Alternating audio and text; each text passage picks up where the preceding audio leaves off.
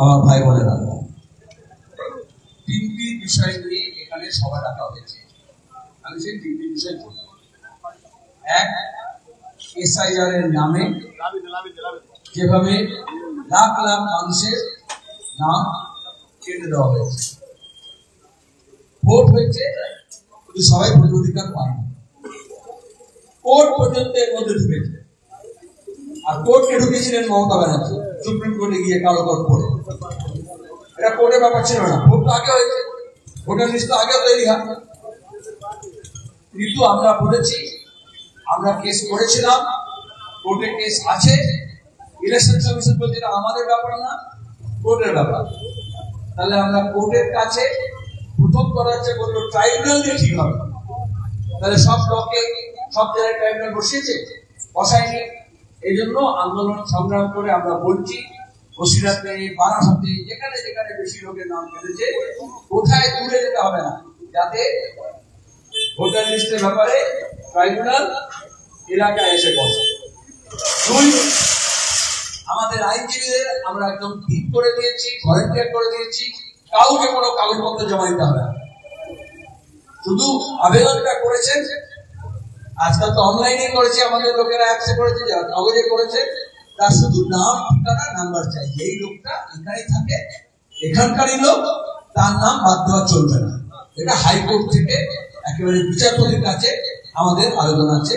সেই কেসটা সিবিআই এর লড়বে এবং সেই লড়াই শেষ পর্যন্ত আমরা লড়ে যাব। এই সফলতা আমরা নিয়েছি। ভোটের আগে যা বলেছিলাম, ভোটের পরেও তাই বলছি। এরপর অনেকের নাম ডিলিট করে দিয়েছি। তাদেরও ওই যে অমিত শাহ বললো ডিটেক্ট, ডিলিট, আর তারপরে হচ্ছে রিপোর্ট।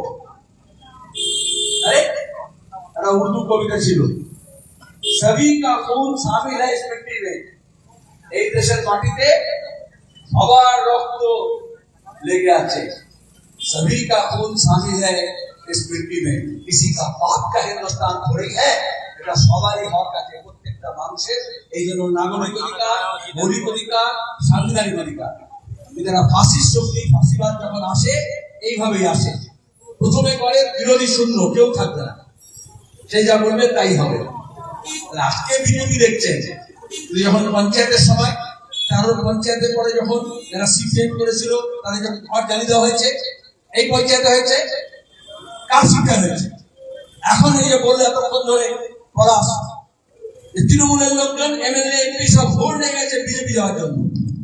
আর ওরা তৃণমূলে ছিল কবে?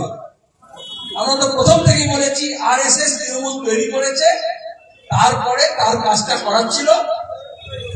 এইবার কিছু লোককে সুযোগ করে দিয়েছিল, তৃণমূলের পঞ্চায়েত, পৌরসভা, সমিতি, মন্ত্রী, সরকার চালিয়ে আসতে, সরকার চালিয়ে সেখান থেকে পেট মোটা করেছে। পেট মোটা করার জন্য এবার বিজেপি এসছে, যারা যারা পেট মোটা করেছে, এবার পেটের জন্য তৃণমূল, এবার পিঠ বাঁচানোর জন্য বিজেপি। তাহলে এপিট ওপিট হলো না, পয়সার জন্য এপিট ওপিট হয়, তাহলে দলের নামে এপিট ওপিট হলো। এই কথাই বলেছিলাম, পিঠের দিক থেকে তৃণমূল, পিঠের দিক থেকে দেখে আপনাদের কাছে বা দুনিয়া থেকে এই টাকা বেরোচ্ছে ক্ষেত থেকে। আমাদের লোকজন আবার গিয়ে অন্ধকারে আলো জ্বালিয়ে খুঁজে বার করে দিয়েছে। পুলিশ যাচ্ছে না। পুলিশ কি করে যাবে? কারণ তৃণমূলের যিনি নেতা ছিলেন শুভেন্দু, আর সে তো একসঙ্গে তৃণমূল করেছে। একজন বলেছে আমি এই ঘরে থাকি, আর একজন বলেছে ওই ঘরে থাকি। কিন্তু তারপরে পেছনের দরজা থেকে যাতায়াত লেগেছিল, আর এখন শুধু সামনের দরজা দিয়ে। তখন সব কিছু দিকটা হয়, আর তখন ওটা ছিল আরাম কা মামলা হয়, পেছনটা দেখা যাচ্ছে। এই ভোটের সময় আমাদের লোকজন এখানে এসে বলেছে, কিন্তু ঠিক সমান মতো ধৈর্য ছিল না। আর এদের তো শূন্য, এরা কি করবে? যাদের কাগজ আছে তারা লড়বে, কাগজ কারা দেখায়। এই যে বুলডোজার নামিয়ে উচ্ছেদ করছে, কেন বুলডোজার দিয়ে নামাচ্ছে? কেন ভাঙছে? ভাঙাতে এমনি যায়, বৃষ্টি বেগুন ভাঙা যায়, সাবুন গাছ দিয়েও তো ঘর ভাঙা হয়। ফাঁসির শক্তি মানুষকে ভয় দেখানোর জন্য, আতঙ্ক তৈরি করার জন্য, আর নিজের মাদক করি কালেবর সেটা দেখানোর জন্য, বৈভব দেখানোর জন্য, ঐশ্বর্য দেখানোর জন্য। ভোটের আগে জনজোয়ার, নবজোয়ার, হেলিকপ্টার, প্লেন, গাড়ির লাইন দেখেন না? তো আপনার বলে দূর সেলিব্রিটি দিয়ে কি হবে, চারটে লোক নেই, একটা গাড়ি, 5টা গাড়িও নেই, আর ধ্যাক তৃণমূলের দাম 10টা, বিজেপির 150 টাকা গাড়ি, যদি 10টা গাড়ি থাকে 150 টাকা গাড়ি, কত প্লেন, কত হেলিকপ্টার। তাহলে আপনি তো নীতি দেখলেন না, নিয়ম দেখলেন না, রাজনীতি দেখলেন না, আপনি দেখলেন কার কত আছে শক্তি। এই জন্য ভোটের আগে বিজেপি ফুল দেখিয়েছিল, এখন ভোটের পরে বুলডোজার দেখাচ্ছে। ভোট নেওয়ার সময় নরম, আর ভোটের পরে গরম।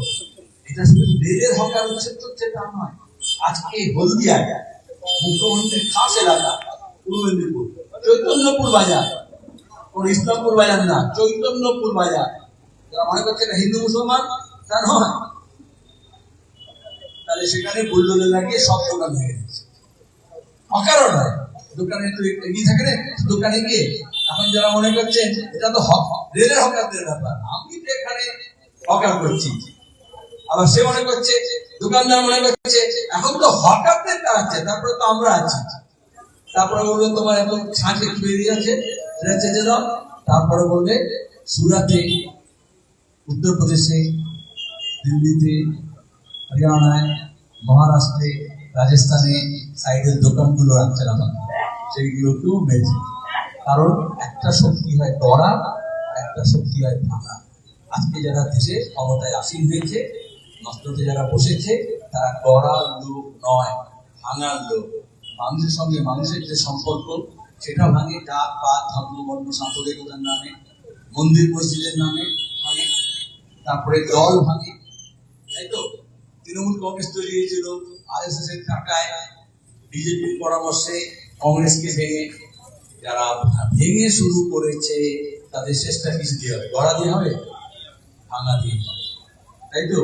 বিজেপি এখন ভয় পাবেন না, ভয় ব্যাপার আছে। আমরা এমপি করছি কেন, একা থাকলে ভয় পায়, মিছিল করি কেন, একসঙ্গে সবাই থাকলে কত লোককে পাবে, কত দূর যাবে।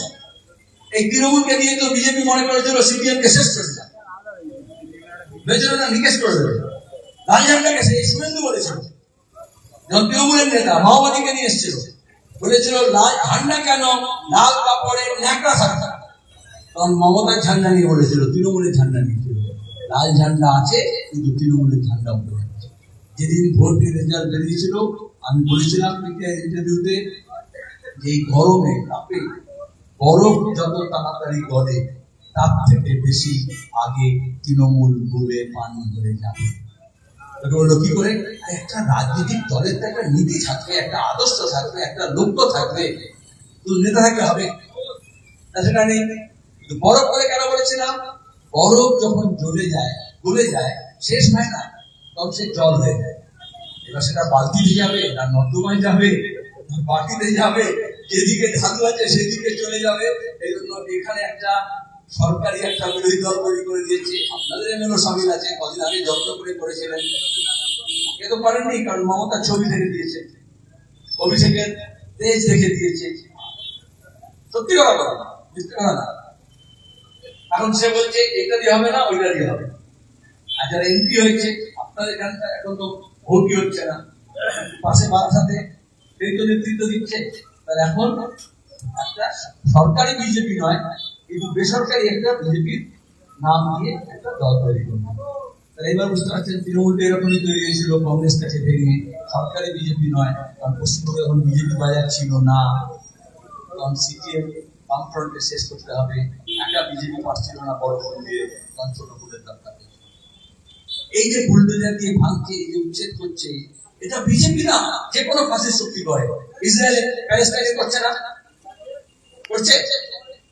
আচ্ছা, তৃণমূলকে করে দেখেছেন ইসরায়েলের বিরুদ্ধে বা আমেরিকার বিরুদ্ধে করেন বলতে? মুসলমান নিয়ে, মাদ্রাসা নিয়ে, হজ নিয়ে অনেক কিছু বলেছে, রেজাল্ট করে, একেবারে মনোজাত করে, কিন্তু কখনো ইসরায়েলের বিরুদ্ধে বলবেন না। গোটা বিশ্বের বড় বড় পুঁজিপতিরা এই আমেরিকা, ইসরায়েল, গোটা বিশ্বকে দখল করতে চাইছে।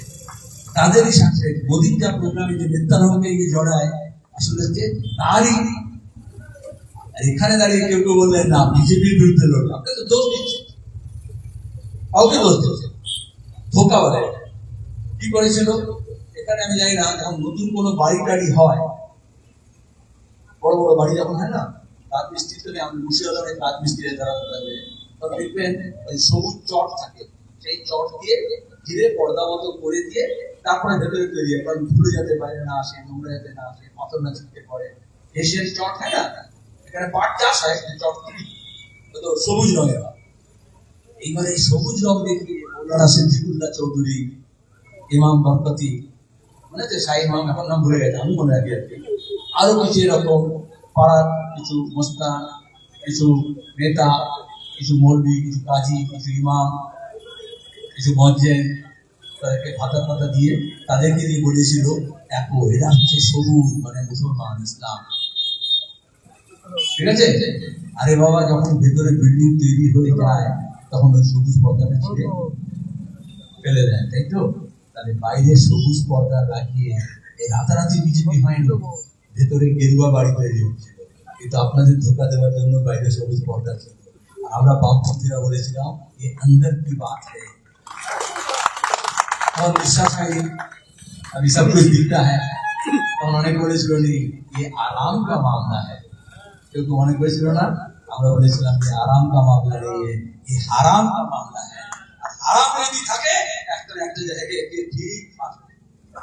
আমরা তো আনন্দ করছি না, আমরা তো চেয়েছিলাম তৃণমূল রাজ্য সরকারে গেছে, পঞ্চায়েতে আছে, পৌরসভায় আছে, জেলা পরিষদে আছে, এমএলএ আছে, এমপি আছে, এত মস্তানি করে, এত গুন্ডামি করে, এত পুলিশ, এত সিভিক, এত বোমা, এত বন্দুক, এত পিস্তল, এত টাকা খরচা করে যখন পঞ্চায়েত নিয়েছে, পৌরসভা নিয়েছে, ভোট দিয়ে দেয়নি, ঘর জ্বালিয়েছে, তারা তো টিকে থাকতো?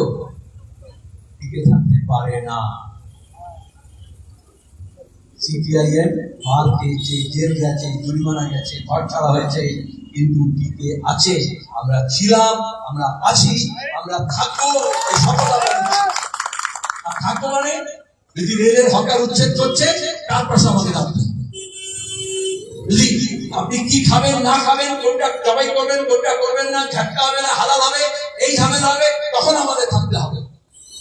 আর যদি এদেশের নাগরিককে যদি বলে তোমার দাড়ি দেখে, টুপি দেখে, লুঙ্গি দেখে, নাম দেখে, এবাদতের তালিকা দেখে তোমাকে আমি সীমানা পার করে দেবো, তখনও কিন্তু বুক চিতিয়ে নিয়ে দাঁড়াতে হবে। কিন্তু শুধু বুক চিতিয়ে দাঁড়ালে হবে না, লাল ঝান্ডাকে ধরে সামনে রেখে তারপরে লড়াইটা করতে হবে। কারণ শেষ পর্যন্ত লড়াই দক্ষিণপন্থীর বিরুদ্ধে, ফাসিস্টের বিরুদ্ধে বামপন্থীরাই লড়ে। হিটলার, মুসোলিনি একই কায়দায়, ফাসিস্ট কায়দায়, নাৎসিবাদ, এইভাবে জার্মান এবং ইটালিতে এই একই কাজ করেছিল।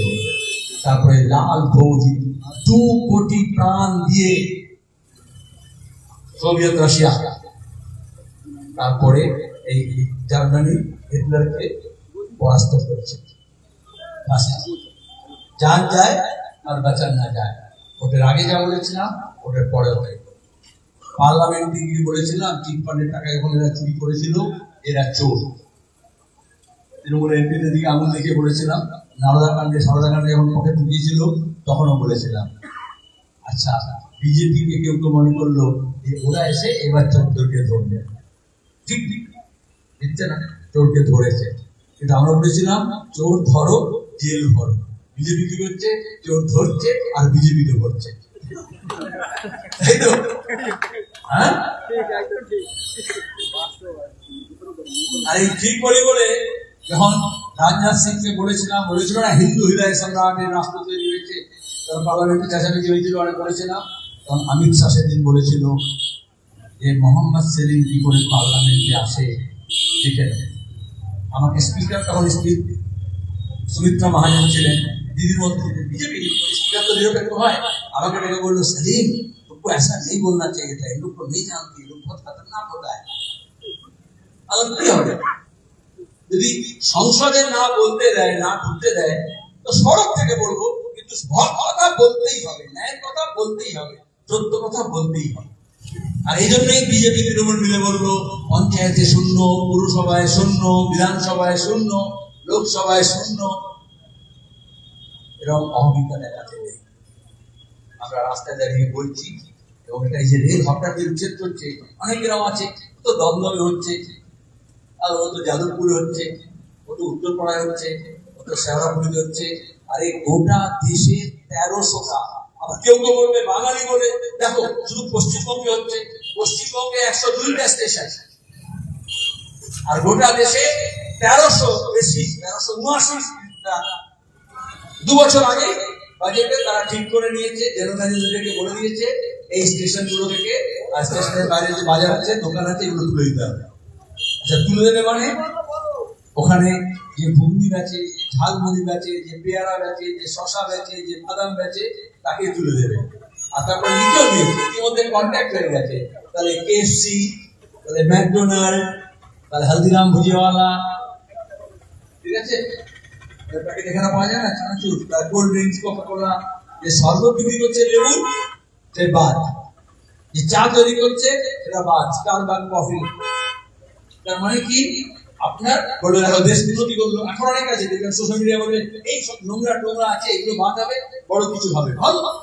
এরা উন্নয়নের বিরুদ্ধে শিখি, মানে উন্নয়ন না, মানুষকে নিয়ে তো উন্নয়ন, মানুষের জন্য উন্নয়ন, মানুষকে বাদ কি। তাহলে গরিব, তুমি যদি আমার আয়টাকে এত বাড়িয়ে দিতে যে এখান থেকে সবজি কিনে বা চাষ করে শিয়ালদায় যায় ভেন্ডারের গাড়িতে, ওখানে গিয়ে যে 50 টাকায় চা কিনে খেতে পারবে না, তার যা লাভ হয় সে 10 টাকায় চা কিনবে, তাই তো। সে যখন কিনবে তখন সে 20 টাকার থেকে 30 টাকার একটা খাবার, সে ভাত ডাল দিয়ে নাও পাওয়া যায়, তাহলে 20 ভাজি হোক, সেটাকেই পেট ভরবে, এবং সেটা স্টেশনের ধারে কাছেই খাবে। সে তো আর র্যাপিডো নিয়ে যাবে না, দূরে একটা হোটেলে গিয়ে খাবে, আবার তাকে ট্রেন ধরে ফিরে আসতে হবে। সুতরাং আমাদের মতো দেশে স্টেশন থাকলে এই হকারেরা থাকবে। তাহলে ওরা একটা কি করছে, খরচের দিক থেকে দামি জায়গা নিয়ে যাচ্ছে, কিন্তু আয়ের দিক থেকে কৃষকের ধান কিনবে না, পাট কিনবে না, ফসলের দাম দেবে না, ঠিক আছে, আলুর দাম পায়নি, এই কাজ করে কাজ পাবে না, তাহলে আয় কমে যাবে আর ব্যয় বেড়ে যাবে, তারপরে গরিব আর গরিব হয়ে যাবে আর আদানি আম্বানি বেড়ে যাবে। আমি আদানি আম্বানি কেন বললাম, এই যে বলছে জমি যখন রেল নিয়েছিল, এটা তো রেল চলাচলের জন্য, ইংরেজ আমলে স্টেশন আর রেল লাইন করার জন্য। এখন যখন বলছে হ্যাঁ এরা দখল করে ব্যবসা করছে, আলিমুদ্দিন স্ট্রিট কি তাকে জায়গা দেবে? কার জমি, কে মালিক? এই রেল কোম্পানিগুলো ভারতীয় রেল তৈরি হওয়ার আগে ইতিহাস জানুন, ইংরেজদের প্রাইভেট রেল কোম্পানি ছিল, ইস্ট বেঙ্গল, বেঙ্গল আসাম, এখনো বলে south eastern railway, BNR, Bengal Nagpur railway, তাই তো। হাওড়া এরকম ছিল, ইস্টার্ন রেলওয়ে, আগে ছিল ইস্টার্ন ইন্ডিয়া রেলওয়ে। তো তারা তখন জমিরা কালেক্টর, কারণ তখন তো ভূমি সংস্কার হয়নি, তখন তো বামফ্রন্ট আসেনি, তখন তো জমি পর্চা হয়নি, তখন ঘোষ সভার পুলিশ, কালেক্টর, গোনা সাহেব, ইংরেজ কোম্পানির মালিক, ইস্ট ইন্ডিয়া কোম্পানির লোকজন, আর কিছু দালাল আর কিছু লেঠেলকে দিয়ে রায়ত বলে আমরা, যারা প্রজা, যারা ভাগ চাষী, যারা বর্গাদার, যারা গরিব কৃষক, তাদেরকে খেদিয়ে দিয়ে জায়গাটা দখল করেছিল। সুতরাং হকার রেলের জমি দখল করেছে না যারা বলছে, তার আগে বলতে হবে রেলের কাছে জমির কাগজ আছে, পর্চা আছে, দলিল আছে, এই জমিটা কার বাপে? যতটা রেল লাইনের জন্য নিয়েছে তার পাশে 20 ফুট, 30 ফুট, 40 ফুট, এখন দেখবেন সব ফিলার বসাচ্ছে, সেগুলো হচ্ছে আমার জমি। কিন্তু বিভিন্ন জায়গায় কৃষককে উৎখাত করে এই জমি নেওয়া হয়েছে। এই যাদবপুরে আমি পুরো ফটো বার করেছি, 1933 সালের আইন, কেস, আলিপুর করবে, আমার বাড়ি আলিপুরে। আজকে যে লোকটা যাদবপুরের রেল লাইনের ধারে দোকান দিচ্ছে, তার বাবার বাবার বাবার জমি ছিল ওখানে, তাকে ইংরেজ পুলিশ, সাম্রাজ্যবাদী ব্রিটিশ তাকে তাড়িয়েছে। আর তারপরে তখন কেস ছিল না, মহত্তমা ছিল একটা, এখন বলছে রিলিশন হয়ে গেছে, কি করবো, উকিলের কত ফিস, কোর্ট কত। আর তখন ইংরেজ পুলিশ, ইংরেজ কোর্ট, ডিসিদের কোনো অধিকার ছিল না। এরকম নাম বলে দেবো আমি কদিন পরে, যারা হচ্ছে তখন কেস করেছে, ক্ষতিপূরণ পায়নি, আর তার নাতির নাতি এখন হকারের ওখানে দোকান পাচ্ছে। এখন তুমি বলছো সীমানায় বেড়া দেবে, তার তো জমি এখন মাপ প্রয়োগ করছে না। কার জমি সেটা? আমির সাহেব জমি, তখন জমিদার ছিল, এখন তো বামফ্রন্ট সরকারের পরে কৃষকের জমি, তাহলে তুমি সেই জমি নিচ্ছ। তাহলে সীমানায় তুমি 0 পয়েন্টে করতে পারবে না, তাহলে 1 কিলোমিটার 1.5 কিলোমিটার 500 নিয়ে নিচ্ছে জমি। আর এরাই আবার পরে বলবে এরা সব বাংলাদেশি এখানে করতে গেছে। আরে বাংলাদেশি এসে সীমানায় বসেনি, তুমি সীমানায় এখানকার মানুষের ওখানে বেড়া দিয়ে তুমি ভাগ করে দিয়েছো। এইটা বুঝতে হবে। আর এটা করার সময় হিন্দু মুসলমান ব্যবহার করে ধর্মাসিদ্ধ রাজনীতি করে করছে। তাই এটাকে যদি লড়তে হয়, হিন্দু নামে মুসলমান, মুসলমান নামে হিন্দু, লড়লে হবে না। আপনার ওটাই তো বিজেপি চাইছে। আর এই তো মমতা এটা হবে বলেই তো একটু হিন্দু মুসলমান করেছে। তা নাহলে আগে বসিরহাটে দাঙ্গা হয়েছে, যে বসিরহাটে এই দাঙ্গা হলো পরে। কারণ ভাগ করে দাও, তারপরে রাজ করো। এই জন্য ভাগাভাগির যুদ্ধ বলি। আমরা যখন ভাগাভাগির যুদ্ধ বলি তখন এমন নয় হিন্দুর হয়ে বলছি বা মুসলমানের হয়ে বলছি, আমরা বলছি ধর্মের নামে মানুষকে ভাগ করো না। এই হকার উচ্ছেদের বিরুদ্ধে লাল ঝান্ডা লড়ছে, অন্যরা লড়ছে কেন, লড়ছে না কেন? কারণ হকার মানে গরিব মানুষ। কিছু যদি চাকরি বাকরি থাকতো, এইসব তৃণমূলের নেতাদের মধ্যে যদি সব সম্পদ থাকতো, তাহলে সে পেয়ার বেচতো, শশা বেচতো, স্টেশনের কাছে বাদাম বেচতো, ঝালমুড়ি বেচতো। মোদি বলেছে বেকার ছেলেমেয়েরা কাজ পাবে না, কি করবে? পকোড়া দাও। তাহলে পকোড়া বিক্রি হবে কোথায় কোথায়? এখন বলবে যে সেই পকোড়ার দোকানটাকে তুলে দিচ্ছে তেলে ভাজার দোকান। মমতা বলেছিল তেলে ভাজার দোকান দাও, ঘুগনি বিক্রি করো। বলেছিল না বাড়ি থেকে একটু বউকে করবে, ঘুগনি রান্না করবে আর এসে বিক্রি করবে। আর এখন যে বিক্রি করছে বুলডোজার দিয়ে তার সব উঠে দিচ্ছে। এটা হচ্ছে শক্তির প্রদর্শন হচ্ছে। তাহলে এই অন্ধ শক্তির বিরুদ্ধে লড়াইটা হবে। লড়াইটা কি মুসলমানের নামে হবে? লড়াইটা কি হিন্দুর নামে হবে? লড়াইটা কি শুধু গরিব হকারের নামে হবে? না, সব মানুষকে এক কাটটা করতে হবে। কারণ আজকে যেমন বললাম বেছে দিচ্ছে, এখন একে করছে, তারপর ওকে করবে, তারপর একে করবে, তারপরে করবে। ওনাকে দাঁড়িয়ে দেখে পড়বে, তারপরে একে বলবে তুমি কি প্যান্ট পরেছ, তুমি তো ভারতীয় সংস্কৃতি সনাতন না, ধুতি পরনি। তারপরে একে বলবে তুমি দাড়ি কেন রেখেছো, হ্যাঁ তাই তো, তুমি গোপ কেন, এই তুমি খাও ব্রিজে ঢুকে। এইভাবেই ফাঁসির শক্তি আসে। গত 20 বছর ধরে আমরা চিৎকার করছিলাম এই বাংলার সংস্কৃতি এটা না, সেখানে কিন্তু ঢুকে পড়েছে।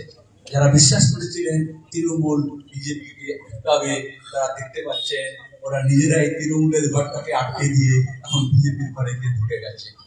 সুতরাং লড়াই জারি থাকবে, সেই লড়াইতে আপনারা থাকবেন এই আবেদন করে আপনাদের সবাইকে ধন্যবাদ জানাচ্ছি। শুধু এরকম মিটিং নয়, গ্রামে গ্রামে, পাড়ায় পাড়ায়, কলোনিতে, মহল্লায়, বাজারে, হাটে মানুষকে এক একটা করতে হবে। মানুষ আজকে বড় অসহায়, মানুষ আজকে বিপদগ্রস্ত, মানুষ আজকে আশঙ্কাগ্রস্ত, মানুষ আজকে সন্ত্রস্ত, মানুষ আজকে ভীত। কিন্তু কখন ভয় পায়? যখন সে আলাদা আলাদা হয়ে যায়। ভূতের ভয় কখন পায়? যদি একটা গাছ, অন্ধকার, থমথম মাঠ, আপনি একা একা যাচ্ছেন, ভয় পাবেন। যদি আপনি 100 লোকের মিছিল করে যান বা দল বেঁধে যদি যান, তখন কিন্তু আপনাকে দেখে ভূত পালিয়ে যাবে, ভূতের ভয় আপনি পাবেন। এই জন্য আমরা বলি এক হও, এই জন্যই আমরা বলি মিছিল করো, এই জন্যই বলি আমরা মিটিং করো। কারণ তাকে অপশক্তিকে রুখতে হবে। আর এই জন্য মমতা বলেছিল লাগিয়ে রাখুন, আর পুলিশকে দিয়ে বলেছিল মিছিল করতে পারবে না, মিটিং করতে পারবে না, মস্তান গুন্ডাকে দিয়ে বলেছিল সভা করতে পারবে না। কারণ সভা হলে হিন্দু মুসলমান সব একটা হবে। আদানি আম্বানি কয়েকটা, গরিব মানুষ বেশি, মধ্যবিত্ত মানুষ বেশি। কিন্তু গরিব মানুষকে যদি আলাদা করে দেওয়া হয়, তাহলে টাকা, মস্তান, পুলিশ, বুলডোজার, গুন্ডার শক্তি বেড়ে যায়। অনেক বিপদ আছে, আপদ গিয়েছে, কিন্তু বিপদ বেড়েছে। এই বিপদের মোকাবিলা আমাদের একসাথে লড়তে হবে। এই সিদ্ধান্ত, এই শপথ নিয়ে আপনারা সাথ দেবেন। এই আবেদন থেকে আপনাদের সবাইকে ধন্যবাদ জানিয়ে শেষ করছি।